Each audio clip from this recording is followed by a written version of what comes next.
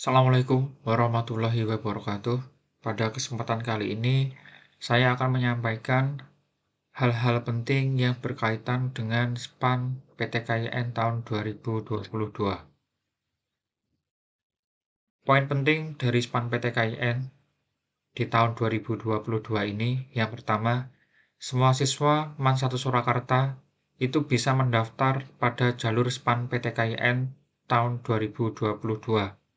Tidak ada kuota minimal dan kuota maksimal untuk mendaftar di SPAN PTKIN.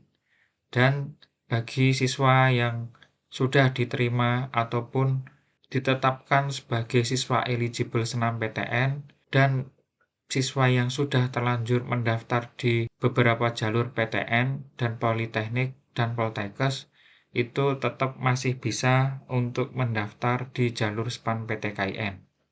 Dan bagi siswa yang sudah mendaftar di jalur SPAN PTKIN, tetap bisa untuk mengikuti UTBK SBMPTN. Yang nomor 2, pendaftaran SPAN PTKIN untuk tahun ini itu melalui pembuatan akun dan verifikasi email. Tahap-tahapannya sama seperti ketika membuat akun LTMPT. Kemudian yang ketiga, pada tahap pendaftaran, nanti siswa diwajibkan untuk mengupload rapot dan prestasi. Jadinya, silahkan disiapkan dulu rapot yang nantinya akan diupload pada saat pendaftaran SPAN PTKIN 2022.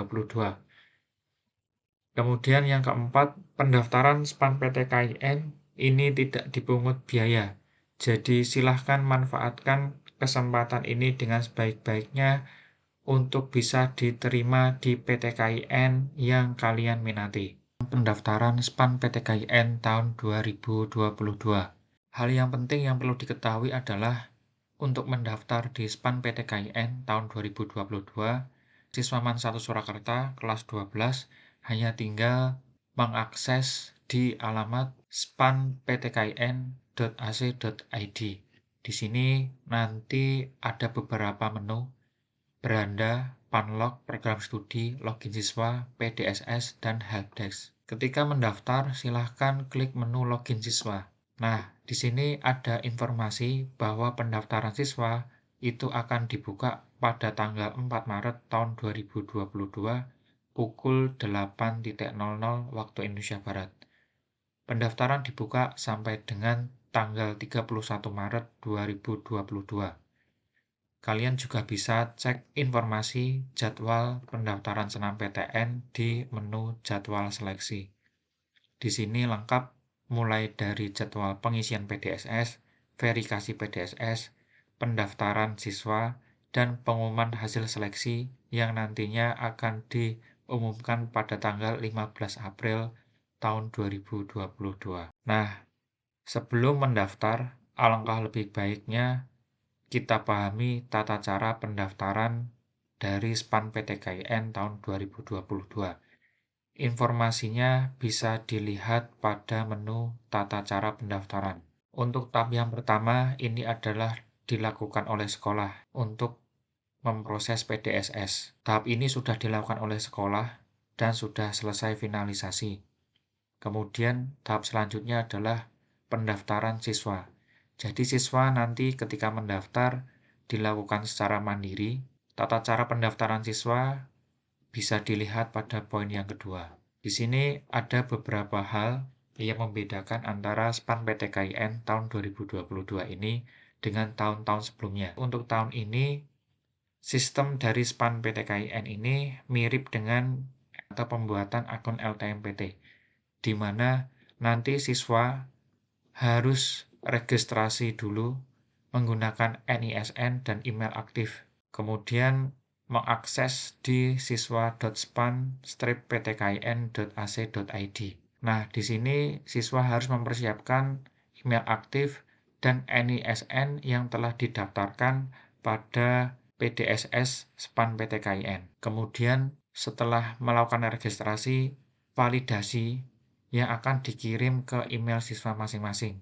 Di sini selanjutnya siswa akan memvalidasi akun. Setelah proses validasi akun lewat email selesai, dilanjutkan siswa bisa melakukan login pada laman siswa.span-ptkn.ac.id yang tidak lain itu berada pada menu login siswa. Setelah siswa bisa login, hal yang pertama dilakukan oleh siswa adalah mengecek data dan nilai raport yang telah diupload atau diinputkan dari sekolah.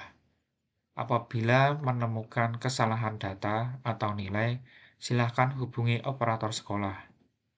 Nanti operator sekolah akan membantu memperbaiki data ataupun nilai yang tidak sesuai atau belum sesuai dengan data yang sebenarnya. Setelah melakukan login dan telah melakukan pengecekan, baik itu data maupun rapot, selanjutnya siswa disuruh mengupload rapot kelas 11 semester 1, 11 semester 2, dan kelas 12 semester 1, disertai dengan data-data prestasi jika siswa memiliki prestasi. Kemudian setelah mengupload raport dan prestasi, siswa disuruh mencetak bukti pendaftaran SPAN PTKIN tahun 2022.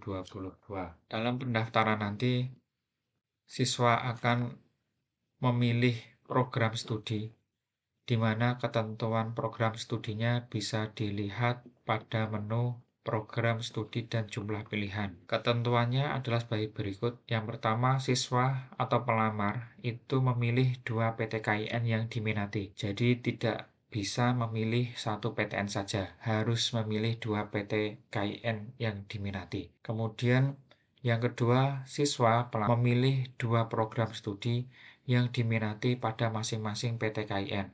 Jadi, siswa pada 1 PTKIN bisa memilih 2 program studi yang diminati. Dan ini wajib, jadi kalau hanya memilih 1 itu juga tidak bisa.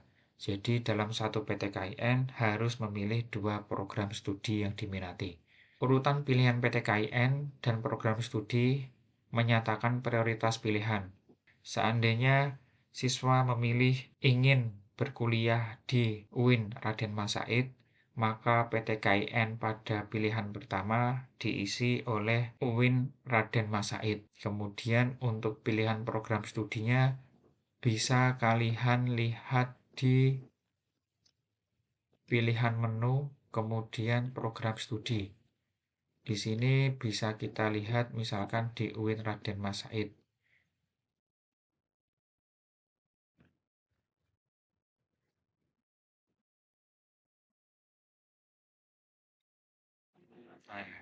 Kemudian tinggal diklik.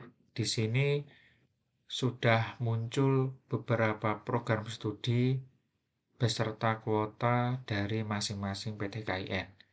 Mungkin itu yang bisa kami sampaikan untuk saat ini terkait dengan bagaimana untuk memilih program studi yang berpeluang masuk atau lolos PAN PTKIN akan kami jelaskan pada sosialisasi selanjutnya. Terima kasih atas perhatiannya. Wassalamualaikum warahmatullahi wabarakatuh.